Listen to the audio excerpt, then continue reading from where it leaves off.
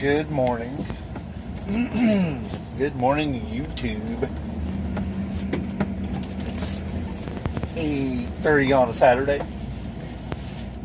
I gotta go get a haircut, check the mailbox, go to the bank, stop by the Home Depot, see what kind of bushes we have on sale. Make a stop down at my nursery, not my nursery, just a guy that has a nursery. How about that? Where I will buy actual fruit trees. I got to pick me up, or I want to pick me up a couple plum trees, and I didn't see them yesterday. It's a place where I dump grass. But I wanted to talk today about numbers, and not so much dollars, but more percentages, because dollars don't matter. Dollars are relative to your situation. It's like what I think when I'm thinking I'm making good money, somebody else probably looks at that and be like, crap, that won't cover my expenses. So like I said, dollars are relative. However, increasing your bottom line isn't always more customer, I guess is what I want to talk about.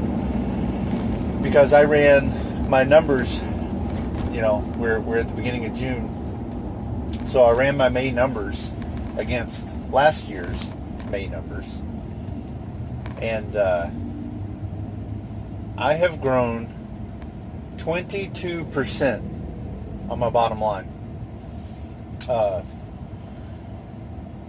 That is freaking, I got all excited about that. That's a pretty huge freaking number. 20%'s not when you're talking about how much money you're making, 20% is a big jump, especially when you take into the fact that I'm running the same amount of customers as last year.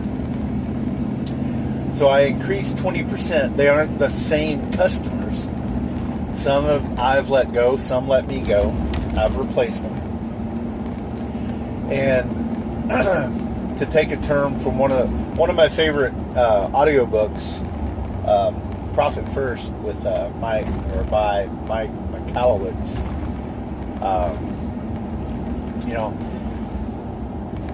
More isn't better. Better is better when it comes to customers. So you're not always looking for more customers. You just want better customers. And I have really been, when I give an estimate, I factor in all kinds of things. I mean, the way the property's been upkept before I've arrived, where it falls into my route, how my interaction is between the customer and I. I know some people, when I first started, I could care less on customer interaction. And I don't mean be buddies with your customers. Actually, that's more of a negative to me now. I'd rather not be friends with my customers. However, I want my customers to like me and me like them, if that makes sense. I'm not looking to be their buddy. However, I do want that communication open with customers, that I can tell them if there's a problem, they can tell me if there's a problem, and nobody's butthurt about it. It's awesome to have that relationship. So anyway, I just wanted to talk about increasing your numbers and some of the ways I did. Some of it all didn't fall to just raising my prices, because that's the first and obvious. Hey, how am I going to get more money out of the same amount of customers? Well, I'll just jack up my prices. Well, you can't always do that. I mean, I have done that on some of my new estimates. I charged them more than what I was charging another customer that I let go, maybe. But that's not the only way I've increased revenue with the same amount of customers. Some of it is offering new services, like I'm getting into fertilizer and weed control. Still on a very small basis. I'm still doing push spreader, backpack sprayer, hand can sprayer, but I'm offering different options. I'm offering organics and organic chemical mix. I'm offering it different ways, and I explain all the differences in what I'm doing to the customer. And I've priced it where I'm going to make money. It's silly if you don't, but I've made it. Last year I made the mistake on fertilizing. Man, I would let's say I was going to go buy, their property was going to take a big bag of weed and feed. I'd go buy a big bag of weed and feed, and then I'd jack it up 20%, and that's how I charge it. Nobody wanted to bite on that, because I was, there was some customers I was charging $60 for a little bitty, just a fert, just to go out and spread fertilizer. You can't compete with other customers on that level, or other businesses on that level. So now I think I've got my prices really in line with what other companies charge, even the larger companies. And it's still cost effective to me. I still make money on it. I gotta get my hair cut, man. I haven't had my hair cut in a month. Just been too busy. But that's all. I just wanted to touch base on knowing your numbers, tightening your route, offer more services like fertilizing, poop patrol. And I only offer that to, I've had people want it as a separate service. I only offer it to weekly lawn care customers, which all but, I think, one customer now, 2 customers are weekly for me. I don't want to go in. That's going to be a separate video. But Poop Patrol's been big. I mean, you can make some good money on Poop Patrol. The way I charge it is, it's $10 just to have the service. And that covers a dog, and then it's $5 for each additional dog. So, and that's per week. So that really adds up. You got somebody with a couple dogs and it's a $30 lawn. All of a sudden now you're making $45 on your mow. Because it only takes 10 minutes to pick up poop. It ain't bad. And I do it in a bucket and a trash bag, and I drop the trash bag in their trash can, and I'm done. So there's another service to look at. So there's always little ways. I don't get into the real-time consuming services, the installs and all that stuff. I'll do it every now and then, but during the mow season I won't. Tightening the route has been a huge bottom line changer for me.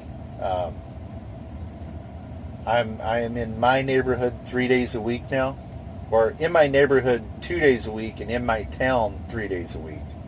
Actually, 3.5 days a week. Then there's a day and a half I'm in the other 2 towns in a Tri-City area. That has changed my numbers. It's made such a difference on time, what I can do a day, on fuel.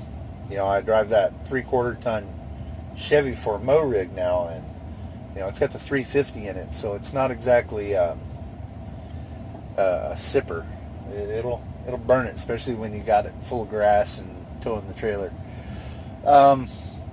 Another thing is finding a place close to where I can unload grass. I have 2 places now. One is the nursery that I've been dumping out for 2 years now. Now I've just changed it in the last couple weeks to I only be dumping on him every other week on Friday, because I put that in line with one of my every other week lawns that ends across the street from him. So it's economical to dump there, because I'll make that my last lawn. I mow it, I go over, I dump my grass, I go home. And now I've got another farm that I found to let me dump grass that's 4 miles from my house. So now I can dump I've got, either place I can dump as much as I want, as often as I want. I don't have to check in. I don't have to let them know I'm coming. I've already met with everybody, know where I need to go. I go in, do my thing, and leave. And they're happy with it. That is a huge saving on bottom line in my town. Because for me to dump in my town, they've raised their prices. I think it's like $35 per dump. Regardless, if it doesn't matter. There's not a separate place to dump yard waste. You're charged. And then I can dump out of town for $15, but it's an hour drive, for an hour turnaround, both ways. full trip. So anyway, having these close places to dump for free helps them, helps me a lot.